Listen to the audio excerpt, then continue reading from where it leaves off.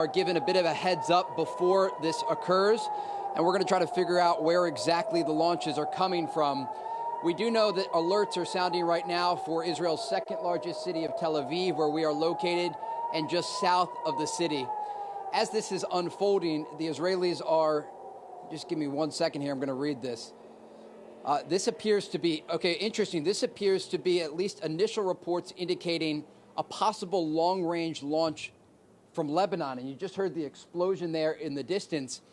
This would be the first time that the Iran-backed Lebanese militant group Hezbollah, and just stay with me for a second, you can hear those explosions behind me.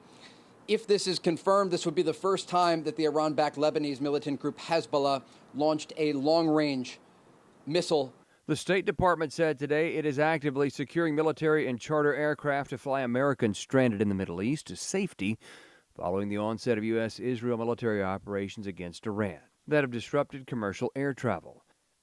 Speaking during a meeting with President Donald Trump at the White House today, German Chancellor Friedrich Merz says he is focused on what happens after the conflict in Iran ends. This is important not just for the Americans.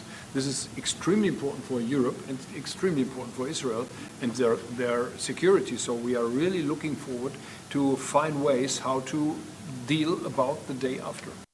Strikes have killed Iran's supreme leader, Ayatollah Ali Khamenei, and dozens of other top officials.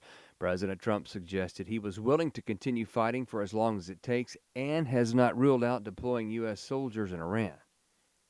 The Texas Tribune and other outlets report a third victim of the downtown Austin shooting has died. The 3 people killed by a gunman were identified yesterday. 13 people were injured in the Sunday shooting that the FBI called a potential act of terrorism.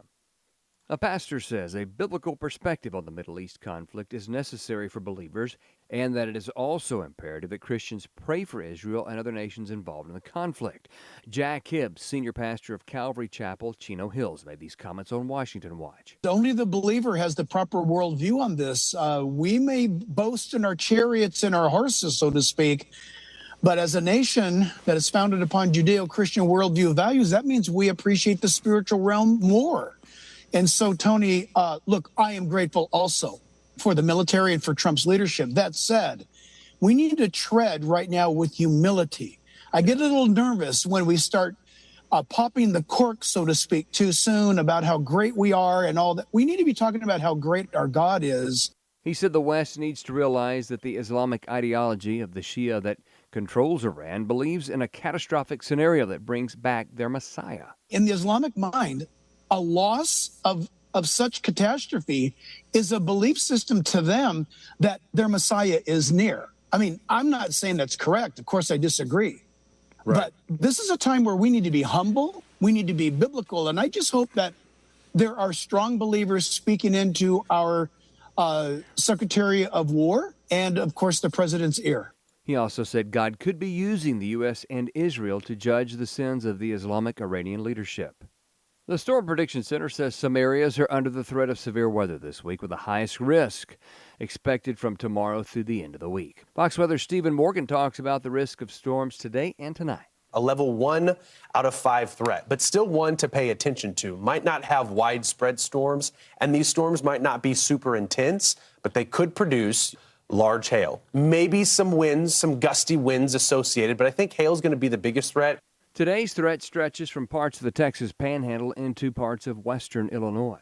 Some parts of the plains and Midwest will see a level 2 out of 5 risk for tomorrow. That will do it for this hour's news. You can always see more news online at afn.net. I'm Robert Thornton. Looking to take the next step in your education? Blue Mountain Christian University offers graduate degree programs designed for working adults who want to grow professionally and personally. With graduate studies in business, education, and kinesiology, BMCU combines academic excellence with a Christian worldview. With flexible and hybrid formats and supportive faculty, you can pursue a graduate degree while balancing work, family, and calling. Learn more at bmc.edu. Hello, and welcome to the Dr. Nurse Mama Show, prescribing hope for healthy families here on American Family Radio. Here's your host, Professor, Pediatric Nurse Practitioner, and Mom of 4, Dr. Jessica Peck. Well, hey there, friends, and welcome to my favorite time of day, getting to spend time with you. prescribing hope for healthy families, and we are just going full tilt here into the month of March.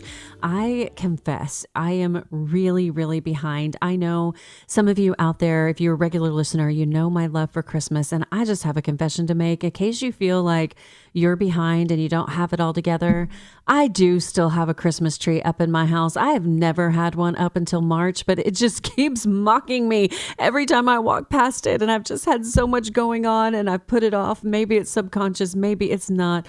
To my husband out there listening, I'm sorry, honey, I'm working on it. And if you feel like, you've just got things behind, I looked at it today and thought, yep, there is the Christmas tree, and right on the mantle I have a Easter sign. So, it's just kind of representative of the way things are going. But thank the Lord for places like American Family Association, American Family Radio, where you can get encouraged and equipped, and families can be strengthened all over the world. And I am so grateful to have joined the American Family Association family. They truly are a family, literally and figuratively. And I've been with AFA now for about 3 years and gotten to know all of the people behind the scenes. And let me tell you, these are people who love the Lord, who are working so hard on your behalf, who are mission-minded, who are very unselfish, very generous, very courageous, very brave in facing some of the things that they are facing to advocate for you. And I have seen that now for several years, and I want to assure you of the authenticity of that, and with how seriously they hold stewarding the resources that are so generously given to them by AFA listeners. It's always really fun for me to be out speaking at a conference somewhere or traveling and to see and meet one of our listeners and they will tell me with so much enthusiasm, I am an AFA supporter. I am an AFR listener, and that is really exciting to me. So today we are talking about how you can support the work of AFA, and a little bit later we'll be talking some more about the summit that's going to happen in July. I will be there along with other really fantastic speakers who will encourage you. But right now we are joined once again by the gracious, the incredible Chelsea Wildmon, who works with AFA's foundation and really is the engine behind everything that AFA does, because without your support, we just couldn't do it. And we do rely on listener support, and it is a joy to be able to support that.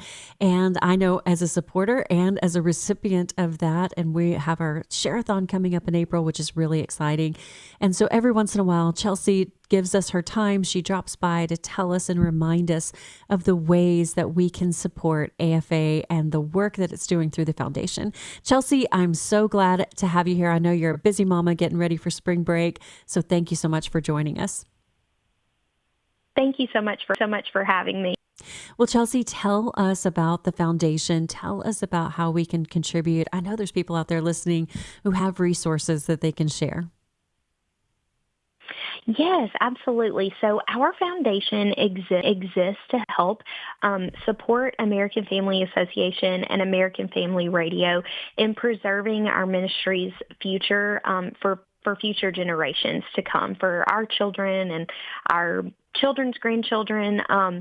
So we are here to help provide that support through our donors, through our very generous friends and family that come alongside and partner with us here at AFA and AFR. And some of the ways that they can do that and also benefit, their long-term retirement planning and estate planning is mainly through what we call our offering of a charitable gift annuity. Our charitable gift annuity offers a fixed income for the rest of your life, and then upon your passing, any remaining funds are then gifted to AFA to continue our ministry's work for the Lord. Now, you might think, well, what do I get in return, and what is it a benefit to me? Because we want that benefit to be there for our supporters as well. So some of those wonderful benefits are a partial tax deduction the year that they give the gift, as well as partial tax-free income when they start to receive those payments. Now, this is unlike a traditional annuity or an Roth account or a 401k, these funds are for the rest of your life. It's not going to go up or down with the market. Your percentage is not going to change. It is fixed for the rest of your life, and that is dependent upon how old you are when you give the gift and then when you start to receive those payments. So, obviously the sooner you put it in and any amount of time that you wait to receive those payments, it's going to be a higher percentage for you. But it's a wonderful way to provide some lifetime income, especially in those retirement years. And the minimum for that is $2,000. Is that and you can do more than one? That is correct. Yes. So our minimum is $2,000. That is, I always tell folks, that's not going to yield very much income, but certainly we have multiple annuitants that will put multiple, $2,000 to $5,000 in place.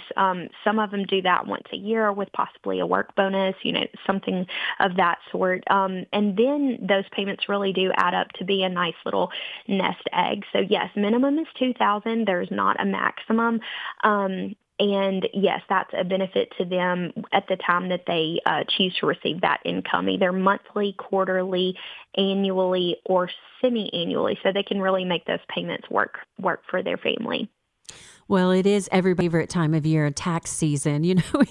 I think even the tax preparers are like, here we go. It's our favorite time of year. I mean, I know it's what they do, but it's tough. So you may be having conversation with your tax advisor or preparer. If you work with somebody to help you do your taxes, that would be a great thing to talk to them about as well, to see if this would be an option for you, and just to look at your charitable giving, because it's a great time to do it. Don't wait until December or the week after Thanksgiving, where we have Giving Tuesday. You can have Giving Day any day that you wish. And, Chelsea, I'm always really so grateful to meet donors.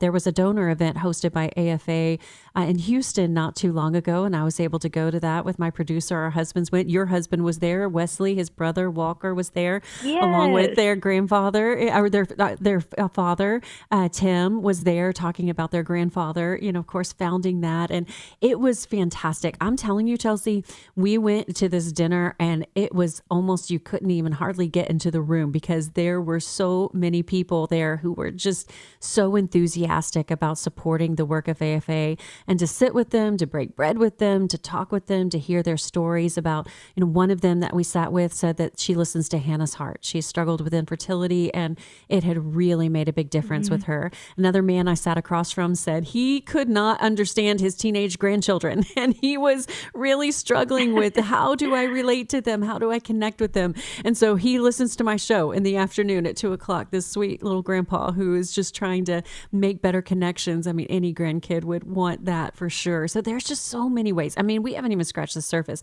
All of the radio hosts that are on, equipping you with news and faith-filled information, but also the media that's being produced, the advocacy that is being done in state halls, iVoter Guide. I mean, we'll celebrate all of this for sure at Share-a-thon. But one of the things that you're celebrating, I know, Chelsea, is that AFA has a new website. The foundation has a new website. So tell us about that and how to go check it out. Yes, so we have same great information, some more wonderful information has been added since.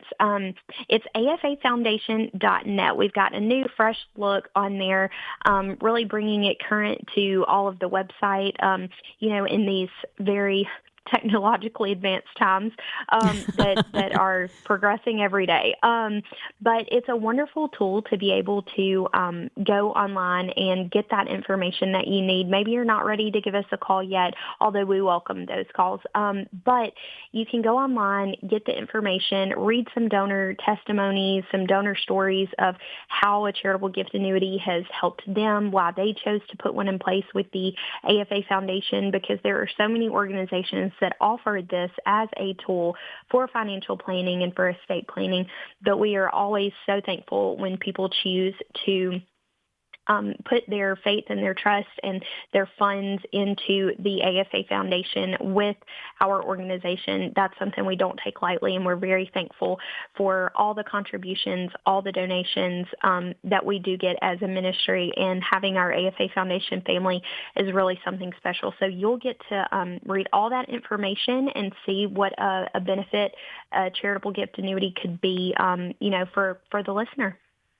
Well, Chelsea, I've told many times now, and I will take it to my grave, that the first time I met your husband, Wesley, he was upstairs in the beautiful new building that AFA has, and he had on cleaning gloves and cleaning supplies, pushing a cleaning cart, and he was wiping down the banisters, of the stair, and wiping down the railing in the hallway. And I was really kind of taken aback, and he said, no, go downstairs. Look, you'll see a picture of my pawpaw there. And sure enough, there's a little caricature drawing that's really very sweet and precious of Don Wildmon with cleaning tools. I've heard legendary stories about plungers and clogged toilets, and there was nothing that was, he felt like, he wasn't humble enough to help with. And I can tell you, having witnessed that really being one of my first introductions to AFA, that you really do take this stewardship very, very seriously. And I'm so appreciative of that. Well, Chelsea, anything else? Did we miss anything? I think that we have covered everything. We would love to speak with your listeners if they are ever interested in learning more about the foundation or about the charitable gift annuity or giving a gift to AFA. We would love to speak with them. I would, and I know that I've met some donors before as they're having tours of, and as I said, the beautiful facility that you have there. And we're so appreciative for everything that you do, Chelsea, and to all of the listeners, we're so appreciative for everything that you do. Thanks for hopping in here, Chelsea, in this afternoon, and we'll see you next time. Thank you so much. Right. Well, as I said, we've been talking this week and promoting the Activate Summit. This is something that is being sponsored by American Family Association. It's not the first one. It will likely not be the last, but it is one in a series that they are holding. This particular one is themed Roots to Fruit, Grounded in Truth, Growing in Grace. Now, this is happening in Cadence Bank Conference Center in Tupelo, Mississippi. Now, if you've never been to Tupelo, Mississippi, I'm telling you, it is the most charming town. They have delicious food. They have great places to stay. The people are so warm and inviting. It's not too far from Memphis or Birmingham if you wanted to fly in, or you could drive. It is really, it's a great place to be. And this summit is going to have programming for kids and adults. There will be an actual kids program, the Activate Kids program, for kids ages 6 to 12, and 13 and up will be adults. And I think this is so great because you're going to have teenagers coming with their parents who will be hearing about all of the issues that are facing family, and we'll be talking about them in a way that can engage conversation between parents and kids. You can also bring your kids 5 and under. There's no cost, no childcare, but you can bring them with you if you want to, because after all, it is American Family Association. So this is a family-sponsored event, and you can get your tickets before the regular pricing ends on April 30th. It's $175 for adults, $75 for the Activate Kids program. They're still recruiting vendors and partners. So if you're interested in that, go to afa.net. You'll find a way to contact somebody. They'll put you in touch with the right people. But really, it's going to be so exciting to see all of the speakers who are addressing issues of marriage and family. And studies show that husbands and wives and children all thrive as part of a family unit. And God's design for the family is really sacred and powerful. And that's why we have an enemy, as Jeff Shreve talked about with us yesterday. And I apologize, by the way, if I confused any of you when we had Jeff on in the afternoon, but it was so fun to have him on the show. But he did talk about how the thief is prowling to steal and kill and destroy. But we know that Jesus came that we might have life more abundantly, and we want to help you have that abundant life in your family. So we'll talk about some of the cultural, social, political issues that are facing families today and what you can do about it. So again, that's afa.net/summit. And when we come back, we're going to have another one of the speakers from the summit. We've already talked with Jeff Shreve, but we will be talking with another speaker from the summit who's going to be specifically talking about blended families. This is something that you are not going to miss. We'll have Laura Petherbridge right on the other side of this break. I'll see you in a minute.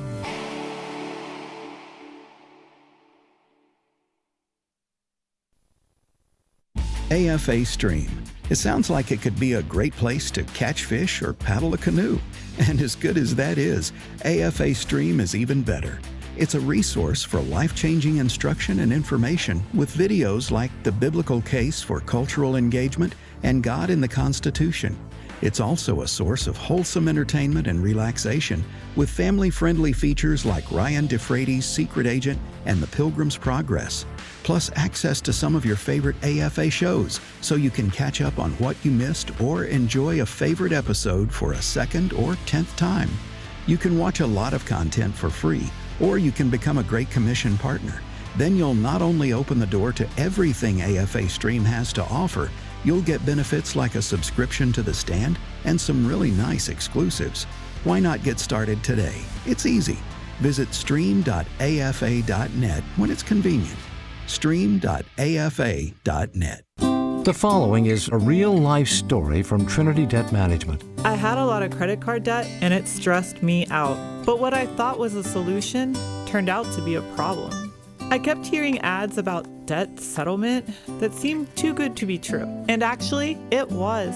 When I called, they told me to stop paying my bills. That didn't sound right to me at all, so I hung up. Later, I found out that debt settlement is bad. Real bad. Then I learned that there is a right way to pay off your credit cards. It's called a debt management program from the great team at Trinity. Trinity had a plan. In the end, I paid off my bills, I saved thousands, and I even improved my credit score. If credit card debt has you down, call Trinity at 1-800-788-1813. My name is Heather. Please forget debt settlement and remember Trinity Debt Management. 1-800-788-1813. I'm Rick Scarborough, and this is my take. On January 18th, protesters led by social activist Nakima Armstrong interrupted services at City's Church in St. Paul, Minnesota, harassing worshipers and forcing the pastor to end the service prematurely. While protesters allegedly targeted Pastor David Easterwood, who also serves as the acting director of the St. Paul ICE field office, these actions challenge the sanctity of churches.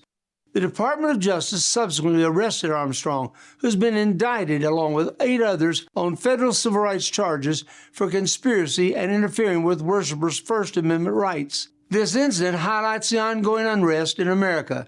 These violent protests in Minneapolis are not spontaneous, but organized by groups seeking to transform our republic into a socialist state. America, wake up! I'm Rick Scarborough, and that's my take.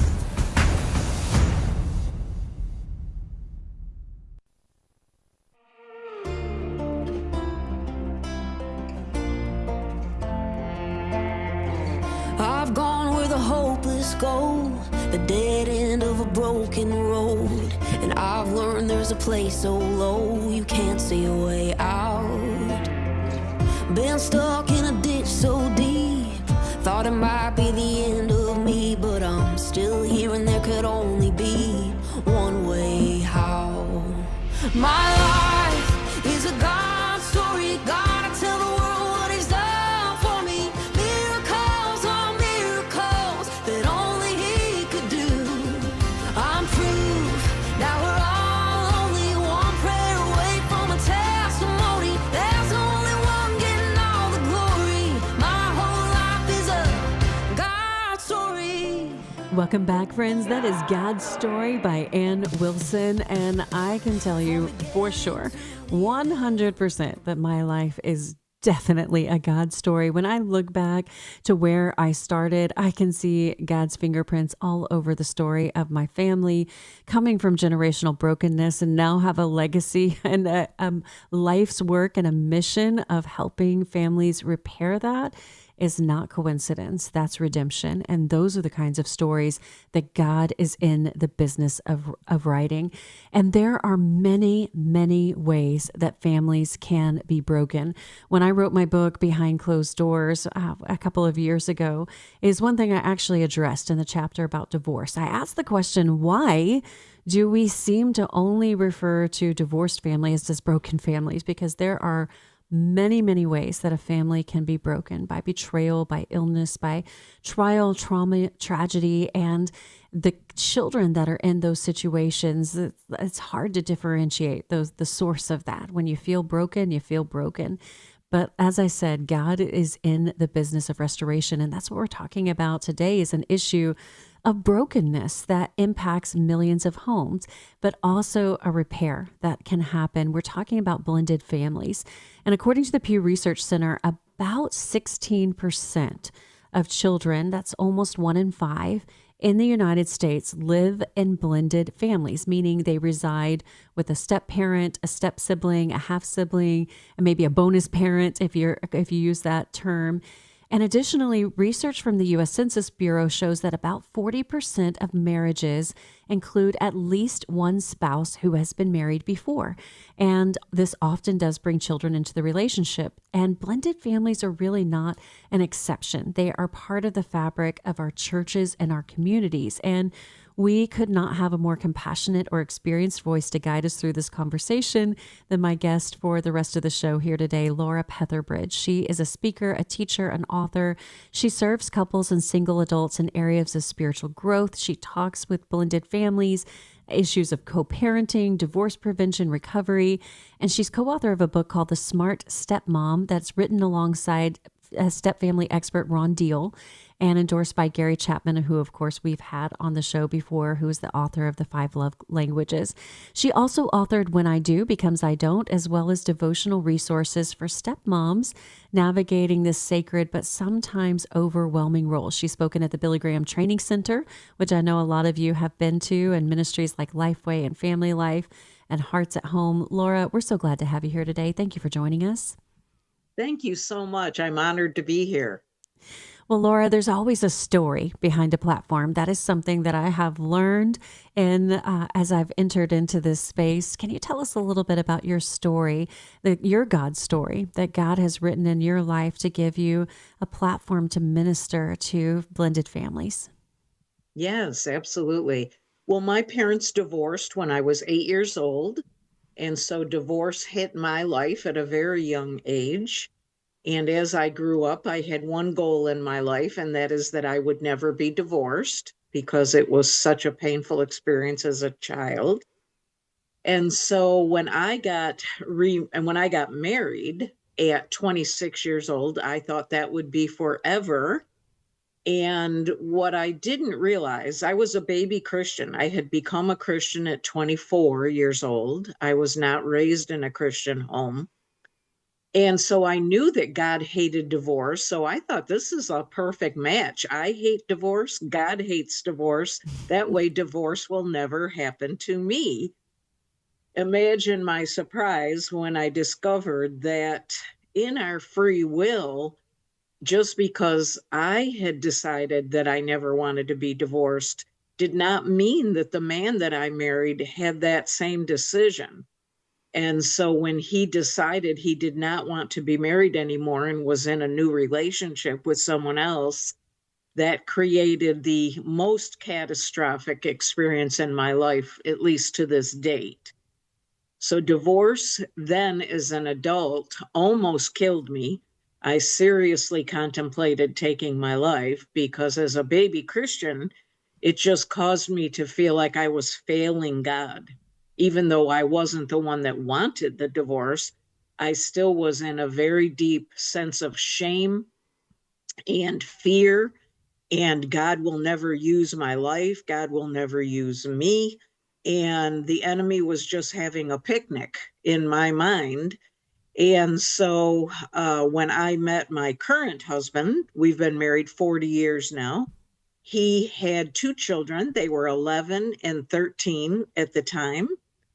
And I was just shocked that God was able to redeem my story and give me a new life, give me a new marriage.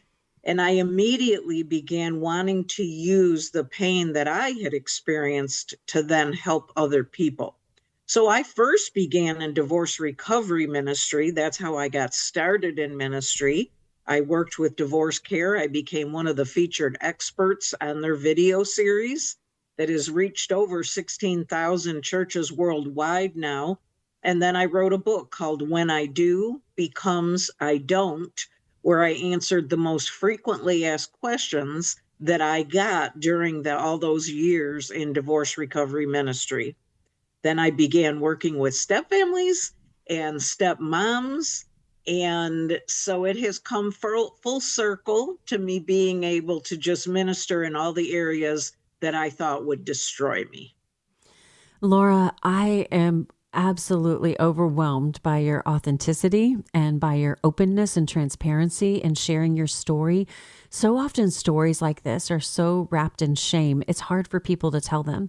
And it's not uncommon that I'll meet someone who really, it's almost like they had a whole nother life that they've never even talked about. And to hear you talk about your story so openly, I know is going to resonate with so many who have a very similar story. And I feel like even though that brokenness happened so long ago and you have, and God has redeemed that story, I'm still sorry that you experienced that. I really am, Laura, because that is not, God's design. And living in a broken world, it's really hard to experience pain like that. But I'm so grateful for the redemption that He has made in your story. And most of all, for your obedience and your courage and stepping out and sharing your testimony and sharing hope with others. That is exactly what I said. When I meet somebody who has a platform like this, it's because they've walked a road. They're so often, my story of family brokenness is different in the logistics of your family brokenness, Laura. But the pain of that, the pattern of that is still the same. And just as I started out my own family, I thought, my family is not going to be broken, because I will it. That's enough. Just my desire for that. But what I really, really discovered was that it wasn't enough just to remove offending circumstances, to remove abuse, to remove addiction, to remove whatever it is, that's facing any family that can make their family cause their family to experience brokenness. You have to embrace a new mindset and a new skill set. You have to intentionally take a healing journey, much like what you just described with Divorce Care, which has reached, as you said, 16,000 churches. And I don't even know how many people, how many hearts, how many homes that has provided a new way forward, because there's so much dysfunctional behavior that can be embedded in broken families. And you don't even identify it as dysfunctional. You don't even realize, you just think that this is normal. And many times, I see people, or I'll have an experience where you share something and you just share it like it's normal. And then all of a sudden you look around the table and everybody's just staring at you and you're like, oh, wait, that's not normal. How do you help families step out of those patterns that lead to brokenness and lead people to stay in brokenness and give them hope and healing for an intentional way forward? Absolutely. That's obviously the goal, is to point people to hope. And it breaks my heart when I hear so many church leaders constantly use the phrase, God hates divorce. Not that I don't agree with it, or not that I don't think it's biblical, because He does hate divorce. But I think we've perverted the reason why God hates divorce. God hates divorce because it wounds His people. God hates divorce because it breaks us. God hates divorce because it's a tearing of the flesh. The two became one flesh. And now there's this ripping, this tearing. And a part of you goes with that person, and a part of that person stays with you. And especially if you have children, that is an ongoing, eternal connection with that one flesh other person. So when we glibly or even legalistically use the phrase, God hates divorce, it can actually wound the Christian who wanted their marriage so desperately, like I did, and make them feel that shame that you mentioned. Make them feel that I am less than, that God can never use me now because he hates divorce. God does hate divorce because it is so excruciatingly painful, and it puts us in a place of vulnerability, especially women, puts us in a place of vulnerability. And so he doesn't want us to live like that, covered in shame and less than and weakness and fear. And so the whole goal is to help people understand, number one, how can I be doing pre-marriage, first of all, so that I can see the red flags? There were huge red flags in my dating relationship and even my engagement with my first husband, where I think if I would have had the proper material or the proper resources, there's much more of that available now than there was when I was getting married all those years ago. And I'm talking resources that dig deep, not the Pollyanna, Christianese, just love and submit and respect to each other. I'm talking about the stuff that digs deeply into your own woundedness, just like you just mentioned. My woundedness, my childhood pain came with me into my marriage. It caused me to be very codependent. It caused me to ignore red flags. So if we really love marriage and care about marriage in the church, we're going to help people before they get married to understand, let's make sure you totally get what you are committing to and that you've healed from the past before you take this huge plunge. Laura, amen to all the things. I mean, just yes to all the things. And I think you hit on something really important here. I think there are a lot of well-intentioned Christians, well-intentioned believers who unintentionally weaponize scripture to wound other, and it wounds other people, and that's not their intent. God hates divorce. You know, another one that I see often is people who struggle with mental health and thinking, be anxious for nothing. And we just throw that out there like a platitude, like just oversimplifying things. And at every point that you are referencing, you know, before you get married, once you've just gotten married, when you are in that marriage, there is an intersection of the church in all of those aspects of family life. And you referenced it even just now. You know, you said when you first got married, I mean, the church was not talking about this. It was basically like, the bar is here, here's what you do. And then what do you do if, like you said, your husband, your spouse walks away? That's something you don't want, even if you have biblical grounds. Even if you don't have biblical grounds, what is the church's role in all of that? So what do you think that the church, what do you see the church's role at? What do you think that they're doing well? And where do you think that we need to do better? I think the ways they're doing well is that, like I said, there are more programs now. There's more resources. I have a fellow pastor near where I live, and he does the pre-marriage counseling at his church. And I think it's 13 weeks he does. So first of all, let's stop with the Saturday morning 3-hour session thinking that that's enough for the second most important decision of your life. Oh my goodness, yes. I'm sorry, that really does make me laugh. You have to take longer driver's ed than that. Yeah, exactly. And so, let's stop thinking this is 1 or 2 classes, but also making sure the resources that you use, because the reason I love this pastor is he runs his like a boot camp. And he tells me if they can make it through my boot camp, he goes, they've got a pretty good chance of their marriage surviving. So his goal isn't to put this like sweet little covering over this. He goes down into the down and dirty, difficult stuff to see if their conversations in that class, and they're with other couples, it's not just the 2 of them, but with other couples, he tries to make it as hard as possible. And I love that about him. And so, he really views it as his goal that he wants to dig in. And as soon as one of the 2 starts saying, well, I don't want to talk about that, or I don't think my childhood has anything to do with this, or I've forgiven my mother, I've forgiven my father, or I forgave that person that molested me, so we need to just move on. As soon as the person starts going there, he stops them. And because he gets it, that this is going to impact their union. Well, you know what, Laura, so I get it too. First thing. And you talk about going there, we're going to break right now, but we will be right back. And if you want to hear more, listen, stick around. We'll have more with Laura Petherbridge. And if you want to hear even more than that, register for the AFA Activate Summit. We'll be right back after this break.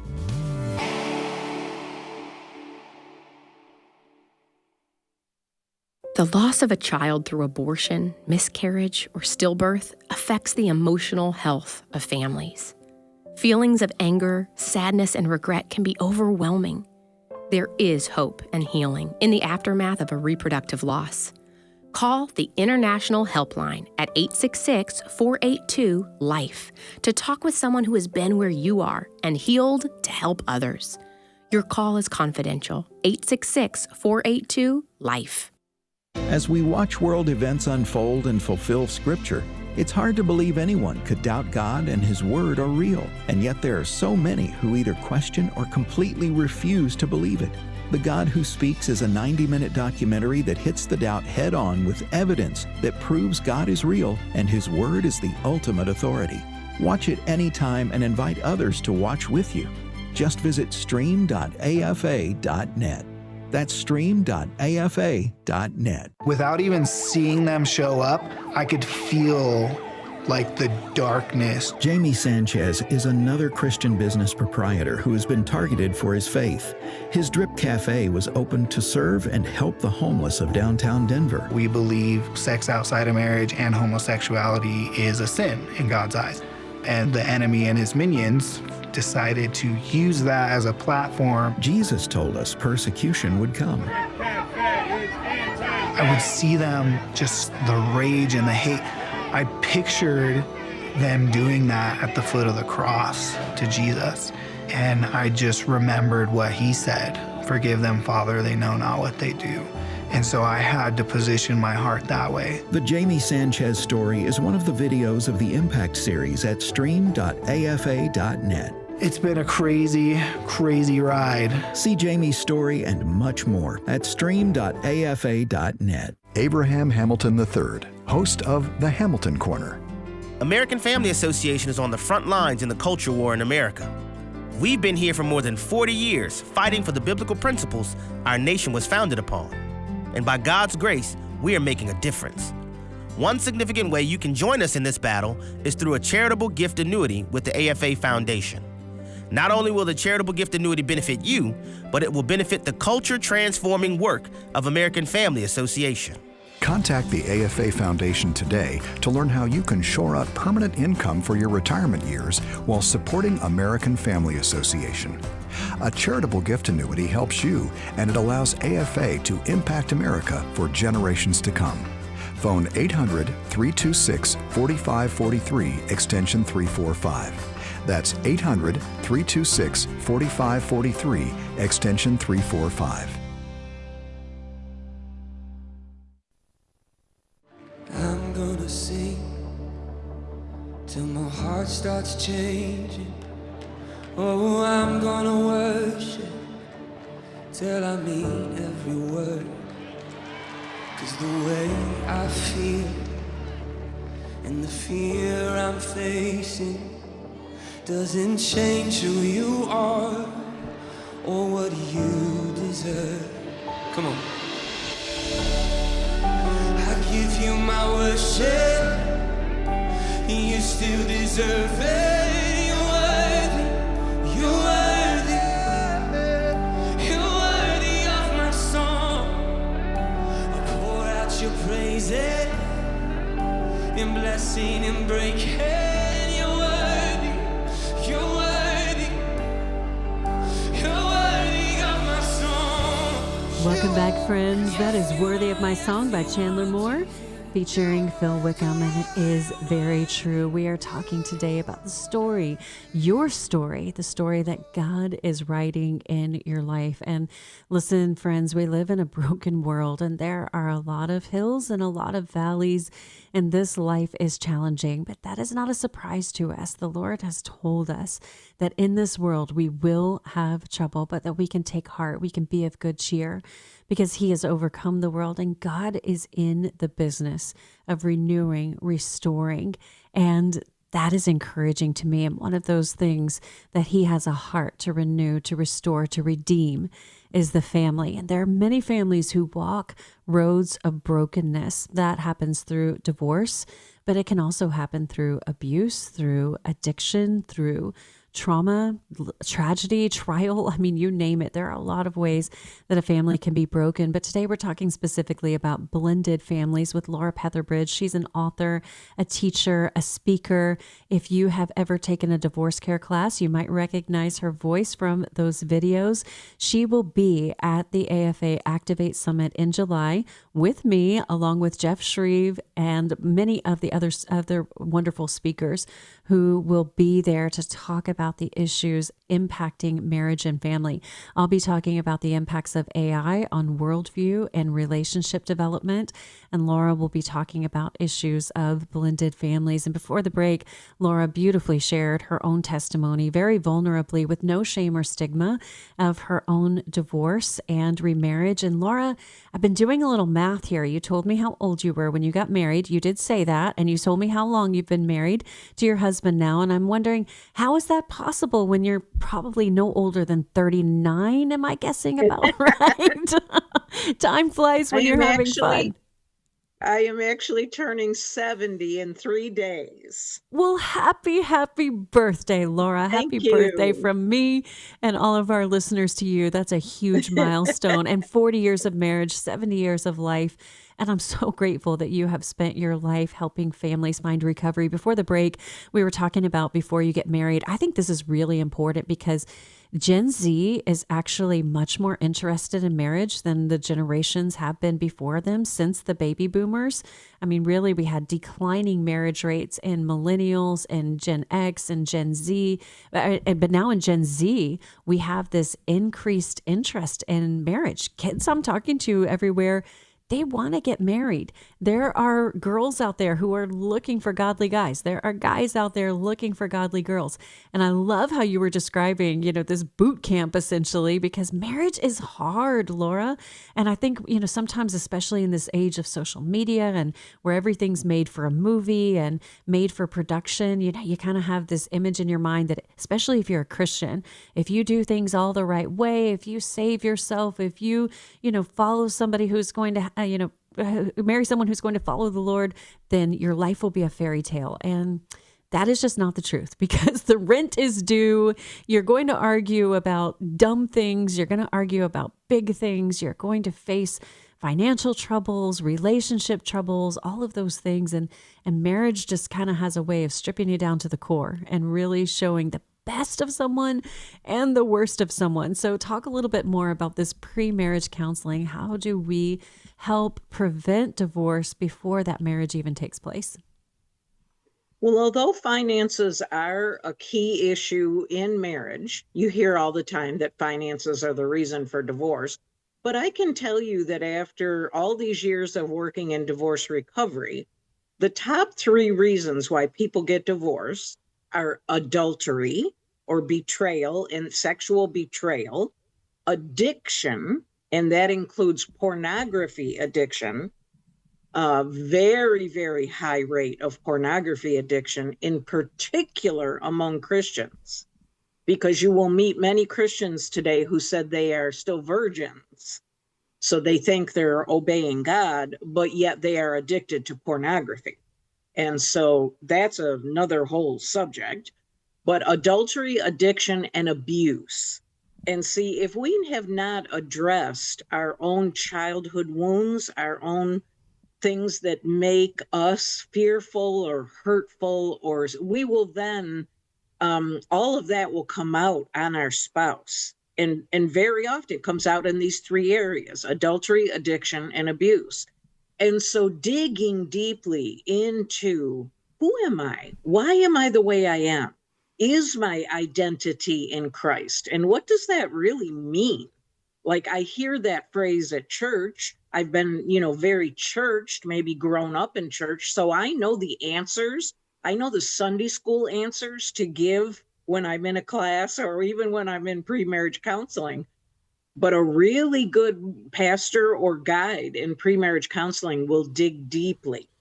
Now, when we shift gears into talking about the step family, that is a completely different animal. And so the first thing we had, the first lie, and that's what I'm going to call it, is a lie that we have to address is that step families are exactly the same as biological families, as first-time marriages. That is totally untrue. In order for a step family to be forming, there was a death, a divorce, or the breakup of a union previous to the step family. So a step family doesn't even exist unless there was a grief or a death from a previous relationship, whether that be the spouse died, there was a divorce, or what they call today uncoupling. Because so many people cohabitate today, there's a phrase that we now use called uncoupling. So they live together or they were together. They might have only been together for 3 months. Doesn't mean, they were even engaged, but they created a baby in that union. And so now this person is entering either one or both, the male or female is bringing a child into this new union. And that is what we call a step family or a blended family. Blended can be a confusing word because some people use the word blended to mean racially blended. That can mean, two different races coming under one household. It can also mean a combination of adopted children, foster children, and biological children. So the phrase blended can mean different things to different people, but we've started using that phrase because so many people don't like the phrase step family. Right. So, but I'm going to use step family just to make it easy for us to understand. So when you are entering a step family marriage, that you need to do even more work than you did in a first-time marriage, because a first-time marriage without children, because there's more people. First of all, let's start with that. Second of all, you're building on top of a loss, a grief, a loss, a change. And even if the adults took the time to heal from that loss, from that grief, from that break, the children are usually a minimum of 2 to 3 years behind the adults in the grieving process, even if they are adult kids. So you bring all these additional emotions and loyalties. Kids are fiercely loyal to their biological parent, even if that parent is not a good parent.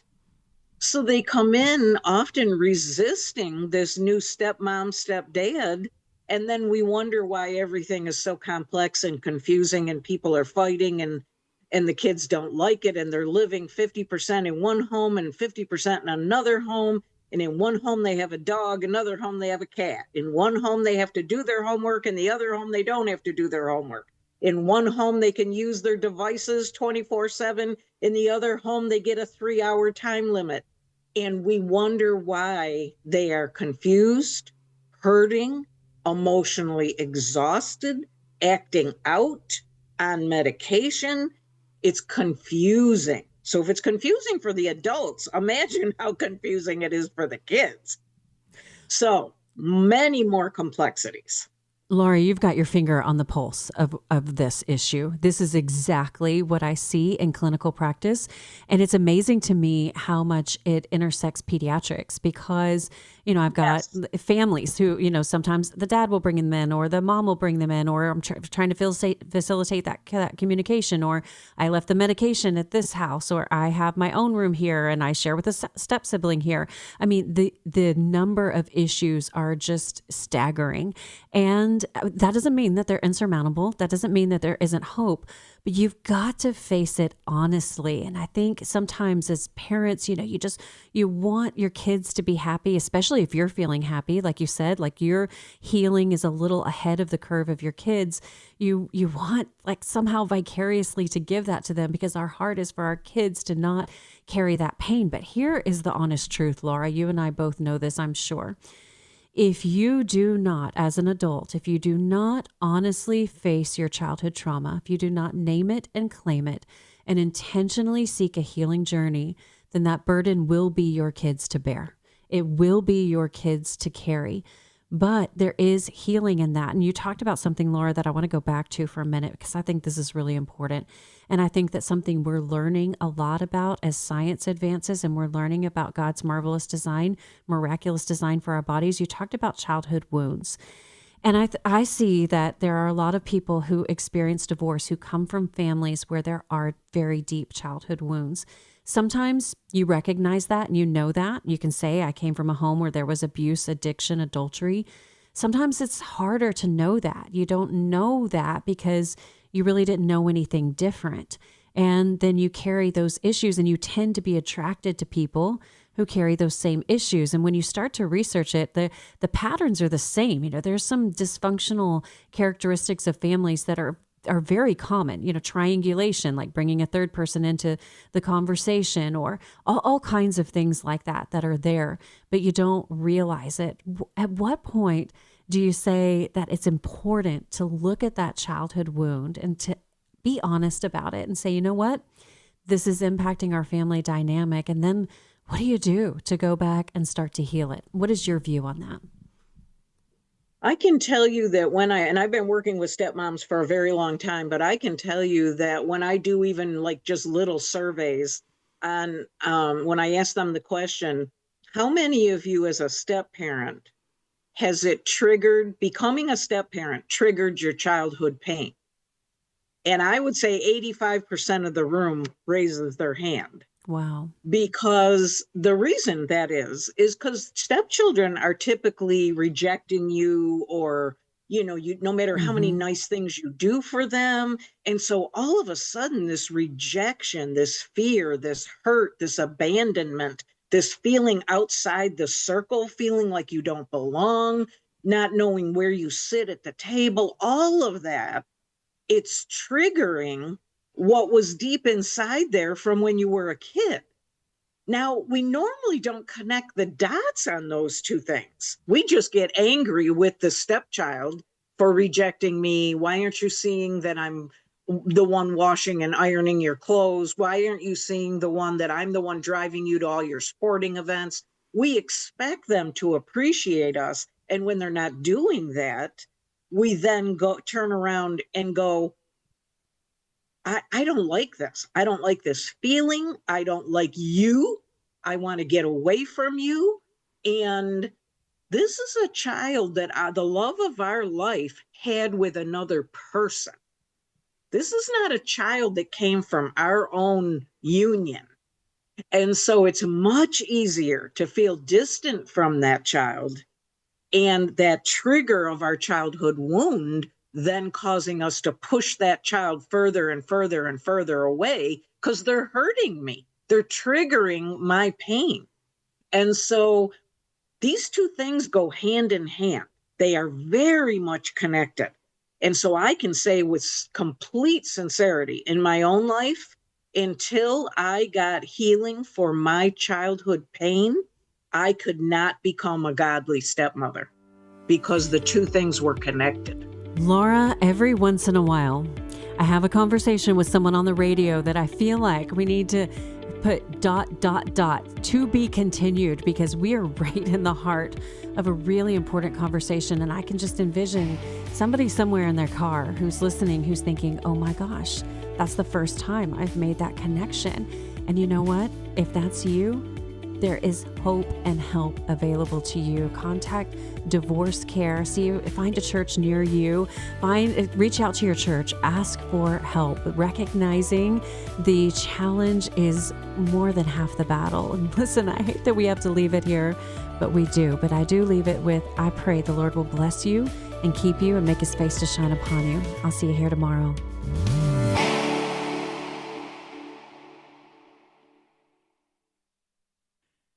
The views and opinions expressed in this broadcast may not necessarily reflect those of the American Family Association or American Family Radio. Faith, family, freedom. American Family.